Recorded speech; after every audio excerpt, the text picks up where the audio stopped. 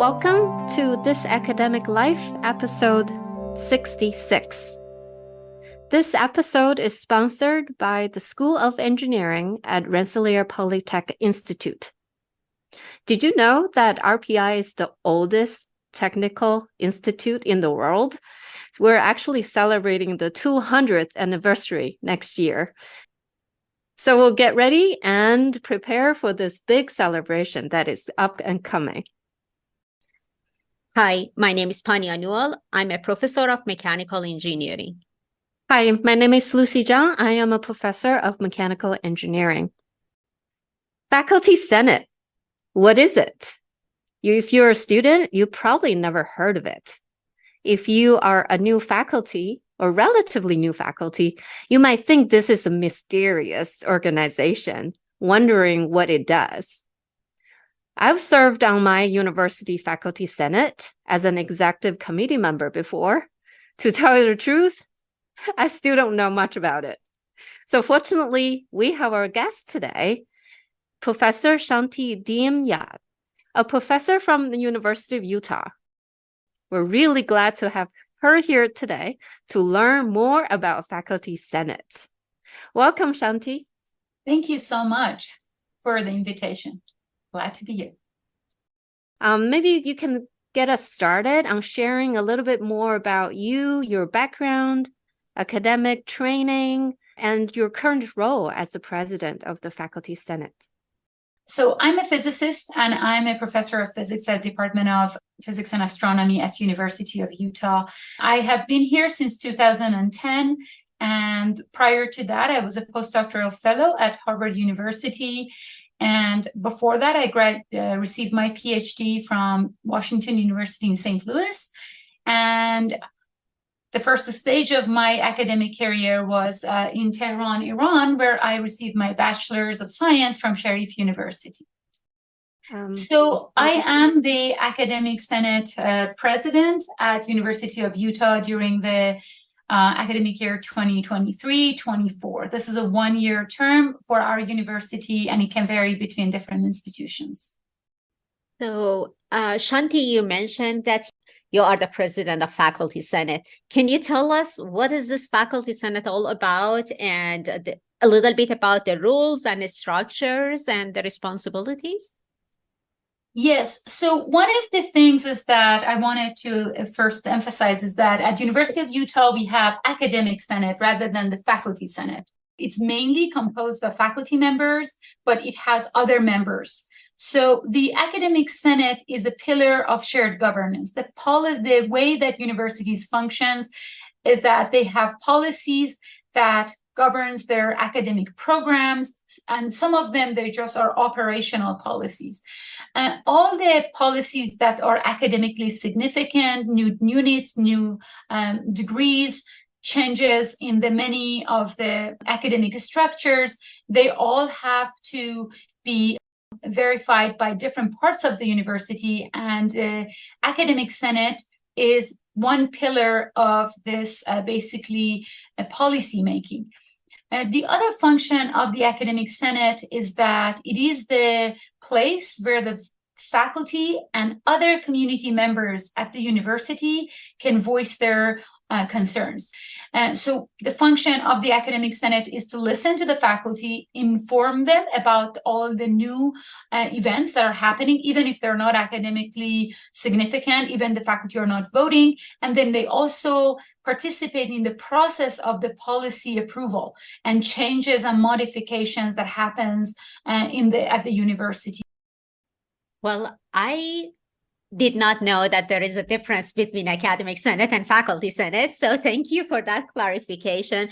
So how do faculty get elected, or they've been selected to serve in the academic senate or faculty senate, I guess, in general?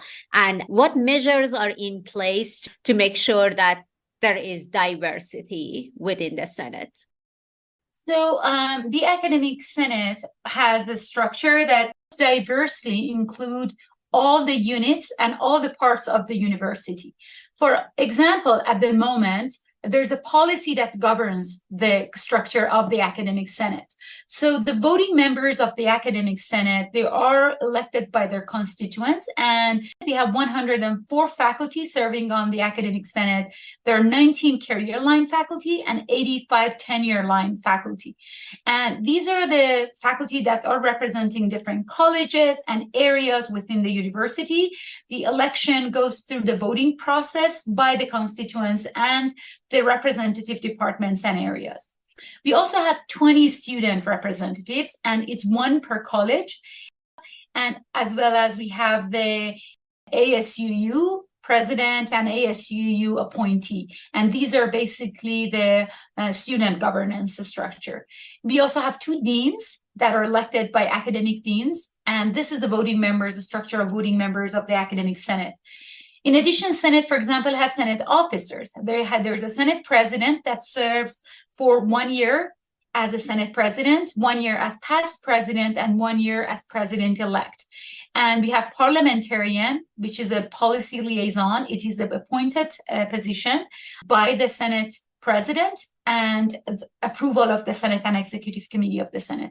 We also have Senate secretary and Senate program manager. These are staff positions, and they are basically are appointed by the university. The Senate president, past and president-elects are elected. You have to run for them. And the vote comes from the voting members of the academic senate each year. And then we also have ex officio positions that are non-voting members. They have the right to attend, they have the right to motion and discuss. And these include university president, the senior vice presidents of academic affairs and health sciences. We have academic deans, and except for the 2 that they were among the voting deans, and academic advisor representative, University of Utah Staff Council. And at the moment, we are in the process of having voting member from the staff council. So I'm saying the structure of academic senate can change to represent the community as whole. This is actually quite a bit more complicated or complex than the one I served in. As you mentioned, there's a difference, and ours is purely just faculty senate. So there are no other members besides faculty. So in terms of even the administrative level, like taking notes or such, that's all within a member of the faculty senate. So I can sense that yours is way more complicated because you have other members, and then you also have representations from different groups and levels. That's quite interesting. Yeah, exactly. And in addition, the Senate has 9 standing committees. So these are basically looking at different areas of academic principles, policies, and policy making. I think one thing I've noticed a difference, perhaps you also have it. Our faculty senate has one of those committees called tenure review committees. They actually get a vote in parallel from the academic track. So during the tenure process, it's a typical your department, it gets to the dean, and then eventually gets to the provost. And then there is a parallel track coming from the faculty senate. One of the committees would then do the similar thing. So they will review all the cases coming in for the entire institute. So the recommendation coming from this committee and then the recommendation coming from the dean, both will go into as a recommendation to the provost. So I don't know if that's the same, because that plays a quite significant part in the tenure process. I mean, I'm sure every committee functions a little bit differently, but I don't know if that's the case. You don't have that at University of Utah. And as you know, academic senates and faculty senates, they are basically, they have been starting at University of Utah. The story starts from a faculty firing that happened. The 4 faculty were fired because of they practiced their academic freedom. The president at the time was not happy, fired them, and then 14 faculty resigned. And then the case elevated to American Association of University Professors and to the news. So that led to the establishment of the tenure in the United States and the faculty senates that at University of Utah, it evolved to be an academic senate at the end. But each university can be different. And it's interesting to see that yours is different. Mm-hmm.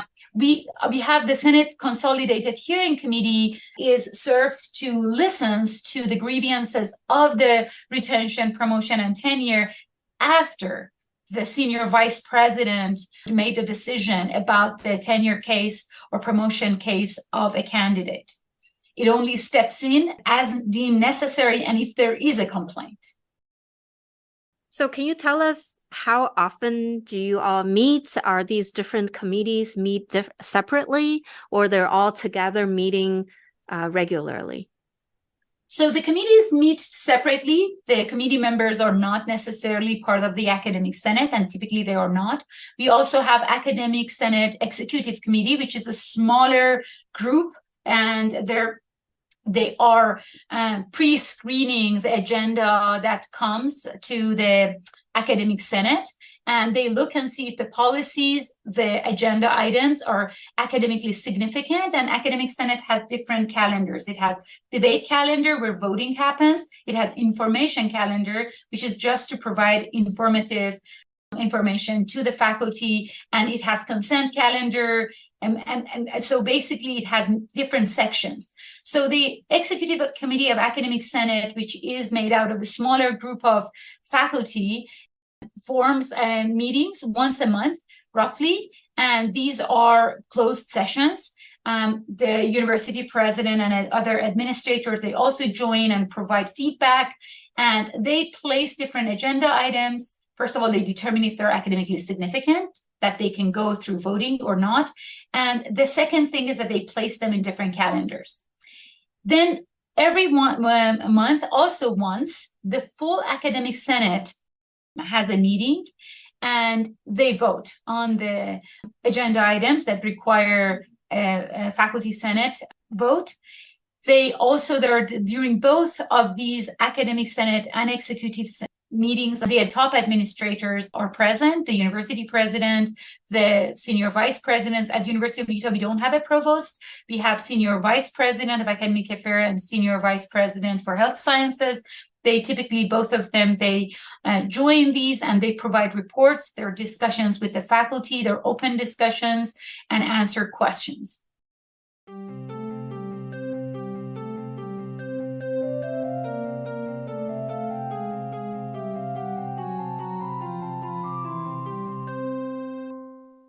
Can I follow up on that? How open are these discussions? Because the reason I'm asking is that in my point of view, right, so academic senate or faculty senate, they represent one side. They typically do not represent administration. And typically they are on the different sides. There's negotiation between, one group versus the other. I'm wondering how closely are you working together, or is it collegial, or there are competing interests?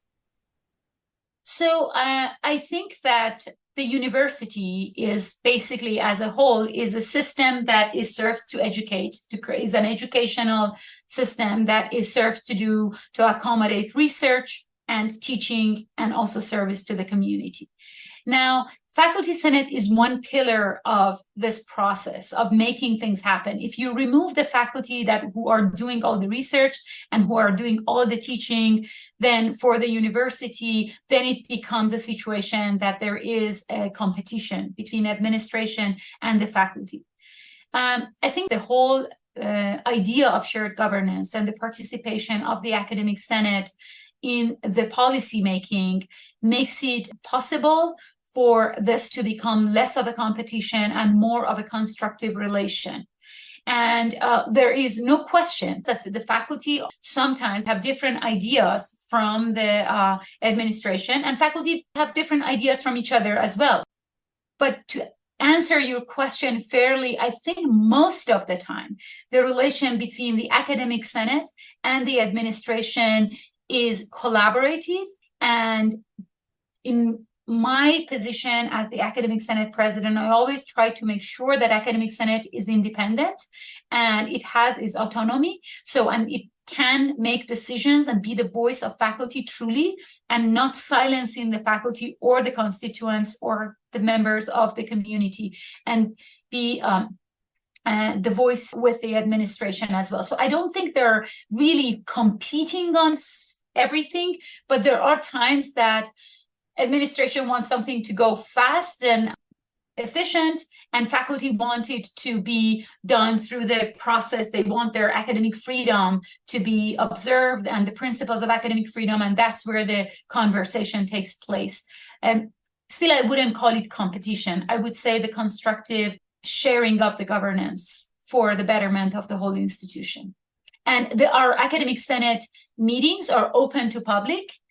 We often have reporters, they join it. We have governors and just like legislators, they joining, depending on the situation. So Shanti, you mentioned that you've been a president of the Academic Senate for this academic year, which is going to be only for 1 year. You will be in that position. So I know that you are almost halfway through it, or semi-half. But during this period, have you encountered any challenges, any difficulties? So yes, of course, I think the challenges that are present at every leading position, and when you are going to be the voice of the community that is larger than you and your immediate people around you. So it becomes very challenging because you need to somehow think beyond yourself, your own problems, your own interests, and try to understand the very complex structure of the university. University of Utah is a large institution, is a major research institution, and it composed of faculty from many areas that are dealing with different issues. So you need to understand all the aspects, and you also have to be able to be a little bit brave in being able to openly bring these issues up with the top administrators. Academic Senate president typically meets with the university president, with the senior vice presidents and other top administrators on a regular basis, making sure you're listening to what faculty are dealing with, and you these information to the top administrators is important. The other challenge that is out there is that as the Academic Senate president, at least for me, there were many times that I was not sure what is right and what is wrong and what is the right process, because university is very complex and the information, all of them are not out there. It's very different from the job that I do as a scientist in my lab, that I know exactly how to deal with a known. Here, sometimes I don't know how to deal with a known. And in that case, I have been trying hard to not try to solve all the problems myself. We have a leadership team. We have a past president and president-elect, and I heavily relied on their knowledge, their support. We have a policy liaison, and we have parliamentarian. And I have been continuously asking questions, trying to make sure that I understand. We also have the Senate operational officers and Senate secretary, and they have wealth of knowledge, these two staff positions, because they have been working with Senate on appointment year after year. So I have been trying to communicate and ask people's opinion. And this way you can assure that you're not making all these decisions alone, and you're not relying just on yourself to answer questions. I've been trying to make this a leadership team, not just my decision. Oh, that's really good to hear. I always wondered these type of position. I can't imagine how many difficult situations will appear, and then they will probably all look very unique, and every case is different. And so I guess that gets to my next question. Really, what motivated you to take on this role? It's not easy, I am sure of that. And how has this sort of leadership journey had shaped you in any way? So I think the way that I landed in this position was basically I was part of the academic senate. I was elected senator, and I don't think I had much of a motivation necessarily for that at the time. It was very, it wasn't unknown. It was another committee that I was elected, and I said, okay, I'm going to serve. And at the very beginning, I don't think I was getting the sense that all these policies that we are working on are have huge significance. So some of them were like a slight change of the name of a certificate, for example. And one would wonder, what is the big deal about it? And then people discuss, and then they make these changes. But then after that, I was also served on the executive committee of the academic senate, and I started slowly sort of not from the top down. I just basically slowly grew into understanding what are the things that academic senate is dealing with, and how the academic senate is providing support for the community, for example, through dealing with pandemic challenges, or through the dealing with the challenges of the health insurance of the faculty, or the benefits of the faculty, how the life of faculty is discussed. And when I was approached by the former president of the academic senate, and I was asked to nominate myself for the presidency of the academic senate. At that point, I was interested in basically how effective academic senate can be in terms of determining the function of our education and our educational policies or functions as an educational institution. But if I want to be very honest, I knew nothing compared to what I know now after 1.5 years that I have been president-elect and the president of the academic senate, about how effective, how important this entity is basically in our institution and in every educational institution. Wow. So thank you for explaining your motivations in going through this process.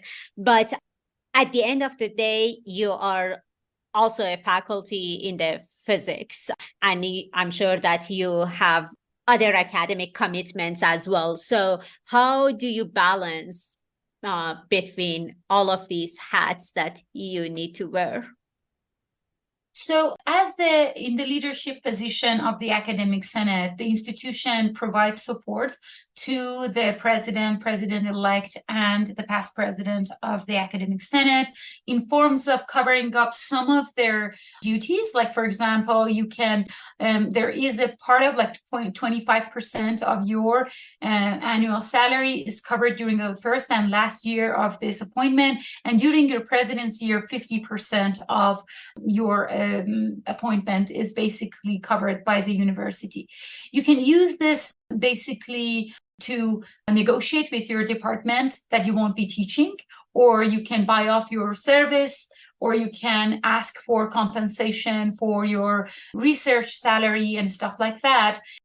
So you would have enough of the time to dedicate to the work of the academic senate.